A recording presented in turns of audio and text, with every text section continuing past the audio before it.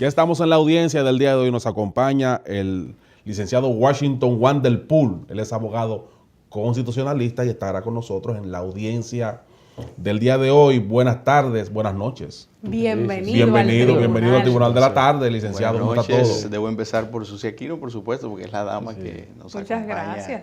en este elenco. Julio, un placer inmenso visitar estas nuevas instalaciones que de verdad que hablan muy bien del profesionalismo con que se transmite en cada uno de los programas de este grupo de comunicaciones. Así es, y de inmediato un café Santo Domingo. Sí, yo supuesto. necesito, por favor, que lo disfruten bien Vianey, Aristides Marte, por ahí, ¿verdad? Un cafecito.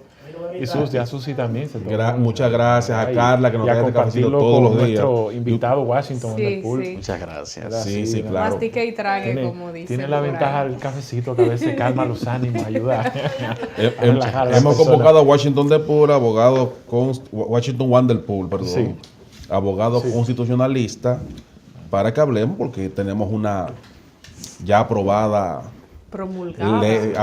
aprobada ley de partidos y agrupaciones políticas, la tan esperada ley de partidos que se esperaba que fuera aprobada, ya la tenemos. Entonces, en el aspecto constitucional de la ley, háblenos de la importancia ya en el plano constitucional de la aprobación de esta ley de partidos y agrupaciones políticas. Bueno, en primer lugar debemos establecer que los dominicanos asistimos a una fiesta de la democracia. Y es una fiesta de la democracia porque la ley de partidos políticos también es una ley de agrupaciones y de movimientos políticos. Lo que quiere decir que promueve el liderazgo local. Ya un líder local no tiene necesariamente que adherirse a una institución política tradicional, un partido de los ya establecidos, sino que puede constituir un movimiento y llevar candidatos a alcaldes, candidatos a directores de distritos municipales, regidores y vocales. De igual manera, un líder provincial puede constituir una agrupación política e integrar en la boleta electoral una propuesta hacia el Congreso, tanto de diputados como de senadores. Y eso definitivamente es una gran conquista para la democracia participativa, que es la que promueve la Constitución del 2010 y es la que promueve también la Ley 1-12, que tantas veces es mencionada en los considerandos y preámbulos de la Ley de Partidos, denominada o numerada Ley 3318, a propósito de la Estrategia Nacional de Desarrollo. Promueve la participación de los ciudadanos en la vida democrática para acceder al poder y aportar desde el poder las transformaciones sociales que requiere el Estado social y democrático de derecho que promueve precisamente la Constitución Dominicana. Washington, el tema del financiamiento fue ampliamente debatido.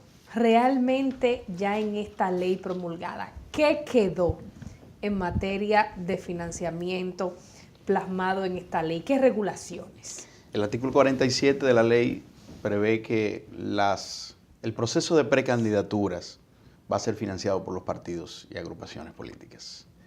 Regulado, por supuesto, y bajo acuerdo entre la Junta Central Electoral y los partidos, y tomando en cuenta también un criterio de que la parte logística y de personal humano va a ser aportado por la Junta Central Electoral. Pero lo interesante de esta parte de la ley es que por primera vez hay un equilibrio, porque para que tengan una idea, el presupuesto que destinó el Estado para ser distribuido entre los partidos en el año 2018, en este año, fue de 1.260 millones de pesos. Ese dinero nunca da. Si aparte de esos 1.260 millones de pesos, también la Junta Central Electoral tuviese que invertir, erogar fondos para cubrir o solventar ese proceso pre-campaña que establece la nueva ley, entonces estaríamos hablando de un incremento importante. Pero la democratización de la ley también se expresa en el aspecto de que los partidos políticos van a tener que asumir la carga del proceso preelectoral. Pero entonces no se va a, como estaba planteado, de que se quería transparentar los recursos que se reciben de parte del empresariado, quién dio a cada quien, eso quedó pues no incluido entonces en esta propuesta. Hay que distinguir 3 momentos, bueno, en este caso 2 momentos y 2 actores. El primer momento es el proceso de precampaña. Ese es un proceso interno que está claramente regulado por la ley de partidos, tanto en lo que tiene que ver con el destino de los fondos como el control. Ahora bien, también está el proceso de la campaña.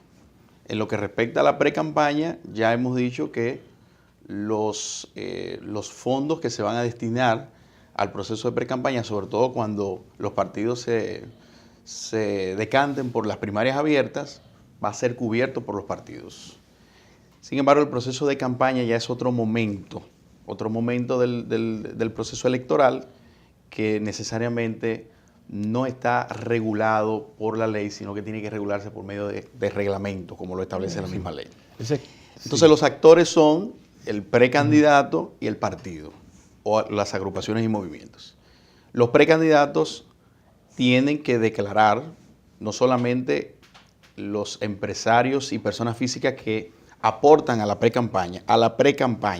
Quiero establecer muy categóricamente el concepto pre-campaña porque la ley no se expresa en lo que tiene que ver con el proceso de campaña, que tiene aproximadamente desde octubre, el último domingo de octubre, y termina la pre-campaña y a partir de ahí inicia la campaña, a partir del momento en que se proclaman los candidatos. El control presupuestario sí está regulado por los artículos 40 y siguientes de la ley 3318, porque establece que ninguna persona, ningún empresario o empresa podrá aportar individualmente más del 1% del presupuesto que se supone cada precandidato va a invertir en el proceso interno de campaña. Lo que quiere decir que con ese control del no más del 1% y el control que establece el artículo 46 de la propia ley, al indicar que para las precandidaturas presidenciales la inversión no podrá exceder de los 70 pesos, para las precandidaturas a senadores y diputados no podrá exceder de los 60 y así sucesivamente, entonces definitivamente es evidente que hay un control presupuestario en cuanto a los recursos que van a ser destinados a la pre-campaña. Un sector importante compuesto por diputados, abogados, políticos, como el caso incluso del expresidente Leonel Fernández, dice que esta nueva ley choca con la Constitución, viola algunos artículos constitucionales. La respuesta luego de estos consejos comerciales.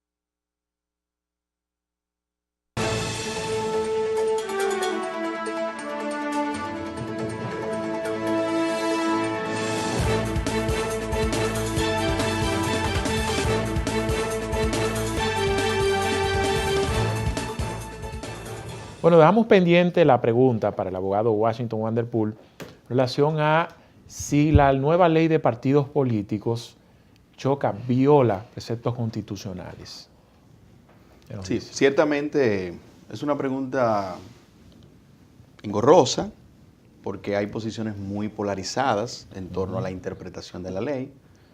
Por supuesto es importante aclarar que el último intérprete de los contenidos de las leyes es el Tribunal Constitucional y estamos seguros que el Tribunal Constitucional tendrá la oportunidad de interpretar el contenido de la ley.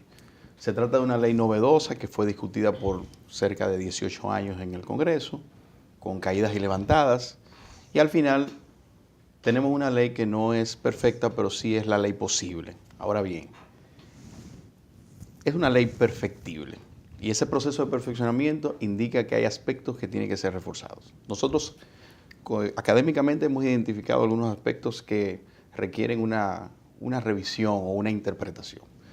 Por ejemplo, en lo que tiene que ver con el rol de la Junta Central Electoral, la ley desborda.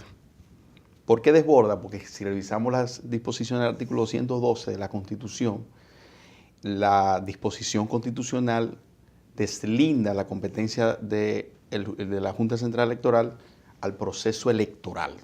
Supervisar, fiscalizar y regular el proceso electoral, las elecciones específicamente. No obstante, el punto engorroso de la discusión de la ley lo fue el proceso de la precampaña, que es precisamente donde encontramos las contradicciones con respecto al método para la selección de los candidatos. Una cuestión que raya el aspecto de la democracia interna. Y por rayar el aspecto de la democracia interna, si se determinase que la Junta Central Electoral tiene un papel protagónico en todo lo que tiene que ver con la regulación, fiscalización y control y supervigilancia de ese proceso interno, entonces la Constitución tendría que ser reformada. Lo que nosotros estamos sugiriendo es que, asimismo como la propia ley ha traído consigo la necesidad de reformar los estatutos de los partidos, es posible que en el futuro haya que ampliar la competencia de la Junta Central Electoral para que la ley 3318 sea conforme a la Constitución, o reducir la competencia de la Junta Central Electoral, lo que traería consigo un estancamiento de la ley. Ya de hecho ha sido advertido por el presidente de la Junta Central Electoral que el rol que se le ha reasignado a la Junta en ocasión de fiscalizar el proceso de precampaña puede comprometer, por supuesto, la puesta en vigencia o en vigor, porque ya está puesta en vigencia.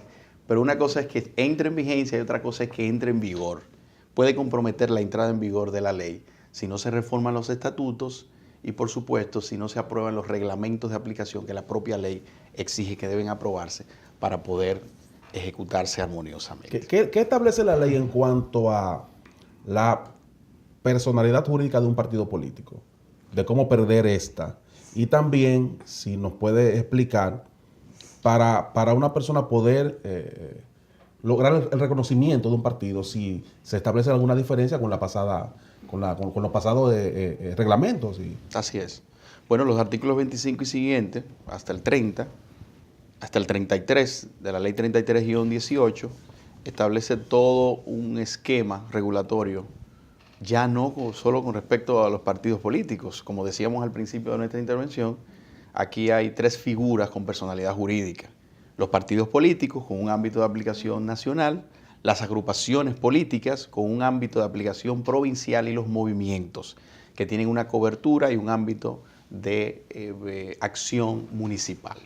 De ahí que la personalidad jurídica de estas tres entidades, que es una de las novedades que trae la ley, se adquiere en el mismo marco regulatorio que establecía la ley 275-97, estableciendo, sometiendo los estatutos.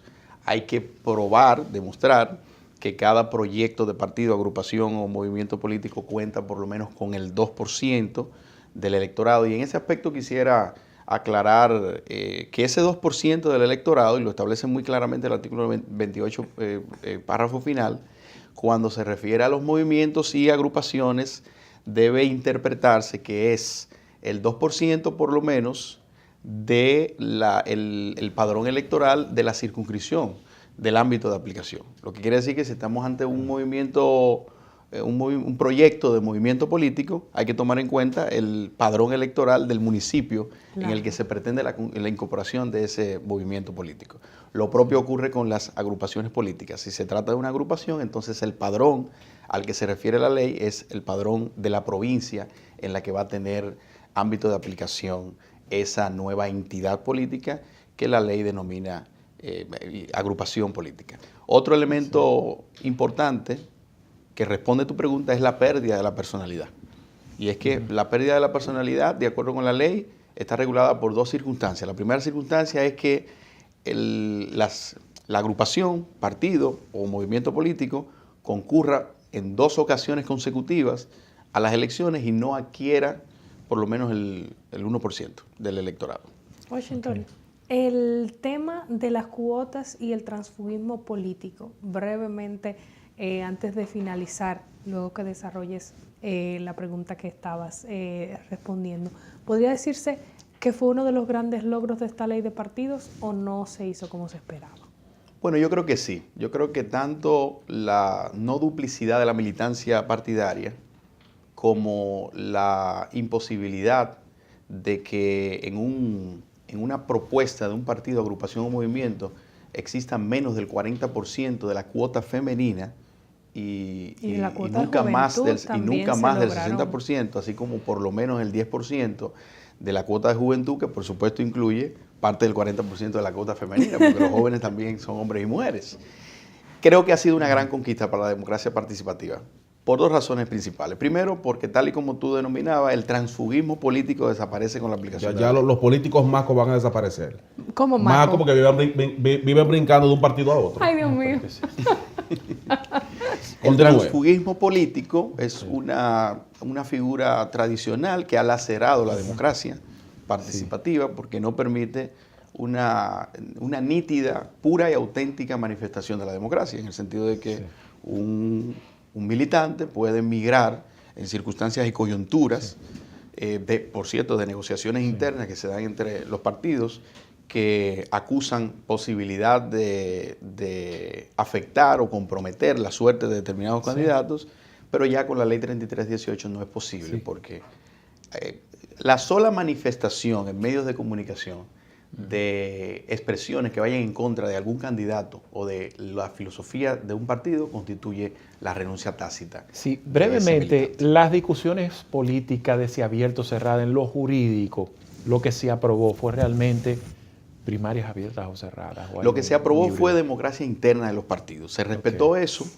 en el sentido de que se le dejó a los partidos la opción de que puedan optar por primarias abiertas o cerradas. Lo que sí contiene la ley es una disposición especial de que si los partidos optaran por primarias abiertas, entonces esas primarias se van a celebrar en el primer domingo del mes de octubre, es decir, casi un Sí, mes antes de los demás comicios. Bueno, ya hemos llegado al final. Gracias, porque gracias, Joan y Washington. Rubo no están haciendo más señas que un tráfico de los cacos blancos, de eso que acompañan a los presidentes en su ruta. Señores, hemos llegado al final de este espacio. Muchísimas gracias. Gracias, Washington. gracias. Gracias a Gracias, ustedes. Washington. Ojalá ser invitado Lírica. nuevamente. Así Sí, será.